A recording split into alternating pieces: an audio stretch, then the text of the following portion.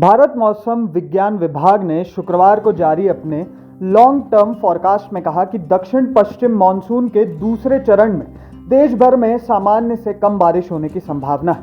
मौसम विभाग के मुताबिक इस अवधि में वर्षा दीर्घकालिक औसत का 94% रहने का अनुमान है। वहीं अगस्त महीने में पूरे देश में सामान्य से कम बारिश होने की संभावना जताई गई है। आईएमडी के मुताबिक अगस्त और सितंबर का समय खरीफ फसलों के लिए बेहद अहम होता है। इन महीनों में होने वाली बारिश से मिट्टी की नमी, जलाशयों का जलस्तर और फसलों की बढ़वार प्रभावित होती है। ऐसे में सामान्य से कम बारिश कृषि क्षेत्र पर असर डाल सकती है। मानसून की शुरुआत कमजोर रहने के बावजूद जुलाई में हुई व्यापक बारिश से धान, सोयाबीन और कपास जैसी प्रमुख खरीफ फसलों की बुआई में तेजी आएगी।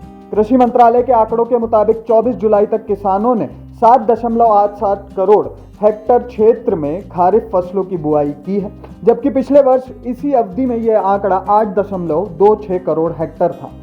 अब बुआई का अंतर घटकर 5% से भी कम रह गया है। आईएमडी के आंकड़ों के अनुसार 30 जुलाई तक देश में जुलाई के दौरान 270.1 मिमी वर्षा दर्ज की गई, जबकि सामान्य वर्षा 271.9 मिमी है। मानसून की शुरुआत में जहां जून के अंत तक वर्षा की कमी लगभग 40% थी, वहीं अब ये घटकर करीब 14% रह गई है।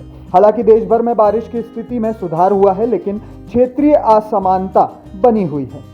मध्य भारत में जुलाई के दौरान 29% अधिक बारिश हुई, जबकि पूर्व और पूर्वोत्तर भारत में 30% कम तथा दक्षिण भारत में 28% कम वर्षा दर्ज की गई। मौसम विभाग के अनुसार अब भी देश के 17 मौसम उपखंडों में सामान्य से कम बारिश की स्थिति बनी हुई है। अभी के लिए अगस्त के वेदर अपडेट में बस इतना ही। नमस्कार।